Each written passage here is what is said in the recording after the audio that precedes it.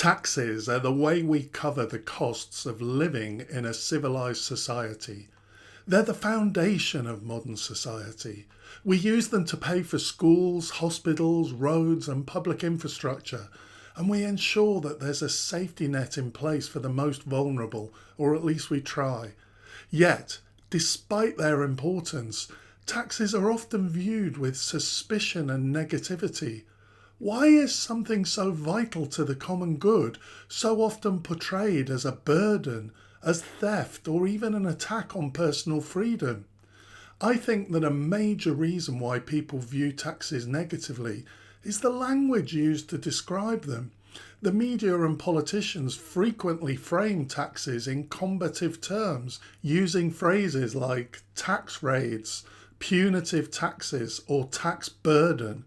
This language portrays taxes as something inherently hostile, a forceful taking of someone's hard-earned income or wealth. Here's just a small selection of the daily articles that the press has been churning out recently, stoking up the fear of taxes. Surge in super wealthy preparing to leave the UK over Labour tax fears. Rich ready to leave UK over tax threat. Wealthy foreigners step up plans to leave UK as taxes increase. I'm worth hundreds of millions and I'm leaving high tax Britain. How middle class Britain can protect their money from Labour. UK consumer confidence tumbles in anticipation of painful budget. How to protect your wealth from future Labour tax raids. This type of framing feeds into a narrative of individualism, where success is seen as a product solely of personal effort and enterprise, where taxes are viewed as an unjust penalty on those who've made it, rather than a shared contribution to the society that made success possible. This language not only breeds resentment, but also obscures the benefits that taxes provide. When we talk about taxes as a burden, it's easy to forget what they fund, the public goods and services that we all depend on. Another reason for the negative view of taxes is the perception that government spending is wasteful.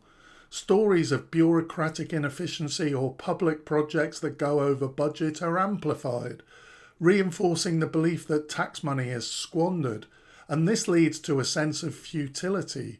Why should individuals hand over more of their income when they believe the government will waste it?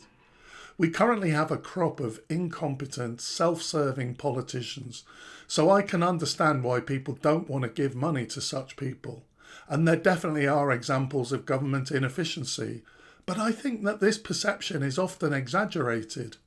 In reality, much of what taxes pay for is invisible because it works so well.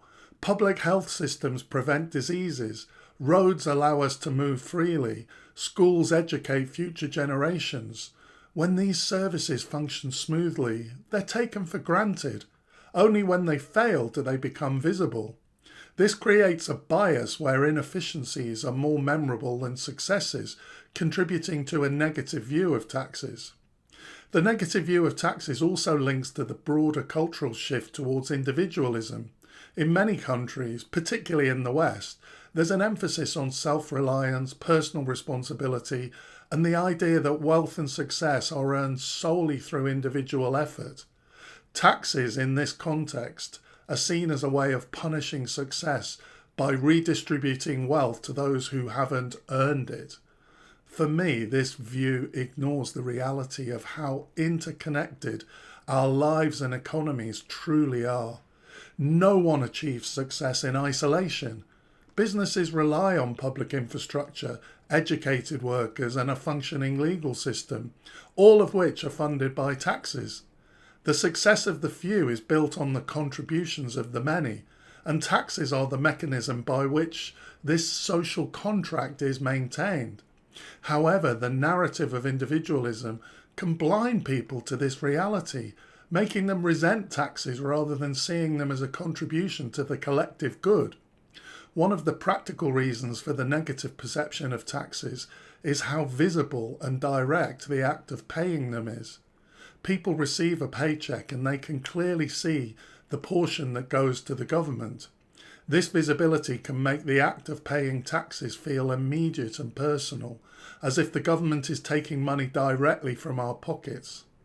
On the other hand, many of the benefits of taxes are indirect and long-term. The taxes you pay today might go toward funding a hospital you may never need or roads you rarely travel. The disconnect between the immediate act of paying taxes and the often distant or diffuse benefits makes it harder to see the direct value of taxation, and this reinforces the feeling that you're giving something away without getting much in return. Politicians often tap into anti-tax sentiment as a way to win support, particularly from wealthier constituents.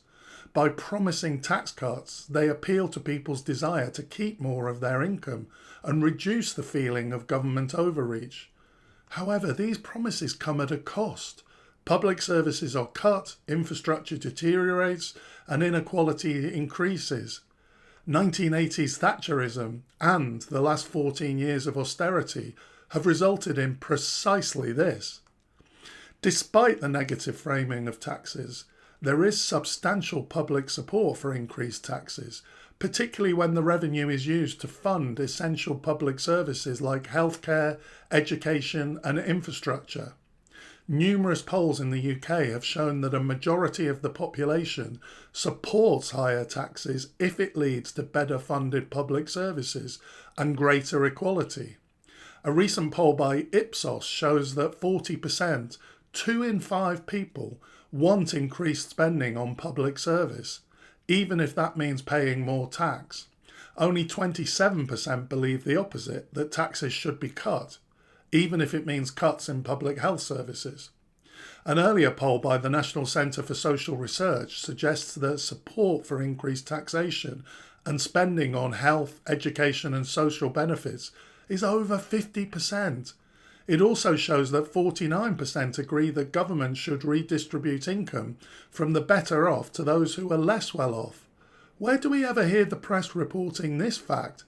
Half of the people in the country believe that the rich should be helping the poor. And 2/3, 67%, agree that ordinary working people don't get their fair share of the nation's wealth. This sentiment reflects a broader desire to reverse the austerity measures that have weakened public services and the social safety net. However, it's often the wealthiest individuals, a minority of the population, who resist tax increases, as it directly impacts their financial interests. This small but powerful group has significant influence over politicians and the media, and they shape the narrative around taxes. They present the opposition to higher taxes as being in the national interest, when in reality many people, particularly those who rely on public services, are in favour of greater public investment. This disconnect between public sentiment and the way taxes are portrayed in political debate highlights the influence of wealth and power in shaping policy debates. Despite the pervasive negative perceptions, taxes are the bedrock of collective well-being. They're not just a source of government revenue. They're an investment in the future, a tool for building a just and equitable society. The negativity around taxes stems largely from a failure to see them for what they truly are, a shared responsibility. I think we need to reframe the debate to see taxes not as a burden, but as a way of contributing to a society that benefits everyone. Taxes fund education, healthcare, road safety, and countless other services that make life safer and more fulfilling. They redistribute wealth in ways that reduce inequality and create opportunities for those who are less fortunate. The language we use to talk about taxes matters. Rather than seeing them as a penalty, we should recognise them as the price we pay to live in a society that values the well-being of all its citizens. To view taxes negatively is to misunderstand their purpose. Yes, paying taxes can feel burdensome, and yes, there are inefficiencies in how governments sometimes manage public funds. But at their core, taxes are the price of civilisation. They allow us to live in a society that provides for its people, cares for the vulnerable, and invests in future generations. If there are inefficiencies, let's get rid of them. If the politicians can't be trusted, let's reform Parliament and have better politicians. Now, I'm a big supporter of hypothecation, the practice of earmarking specific taxes for particular public services. Politicians never want to do this for some reason, but I think this could play a significant role in restoring public trust in the tax system. One of the key reasons people feel disconnected from the process of paying taxes is the uncertainty about how their money is spent. If taxpayers knew exactly where their contributions were going, whether it's directly funding the NHS, improving schools, or maintaining infrastructure, they might feel more confident that their money is being used effectively. By linking tax revenues to specific outcomes, hypothecation creates transparency and accountability. When people can see clear, tangible results from their tax contributions, they're more likely to view taxes as a positive investment in society rather than a financial burden.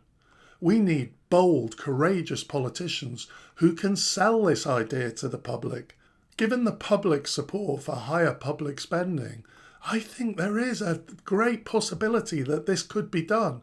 Just imagine if the government said, we're going to build 50 new hospitals, 100 new school buildings. We're going to increase the rail network by 50%, and this will cost X pounds over the next 5 years. With this kind of specific commitment, people would know exactly what their money was going to be used for. Rather than rejecting taxes, we should embrace them as a tool for building the kind of society we want to live in. One where opportunity is available to all, where public services are robust, and where the wealthiest contribute their fair share to the collective good. Taxes aren't theft.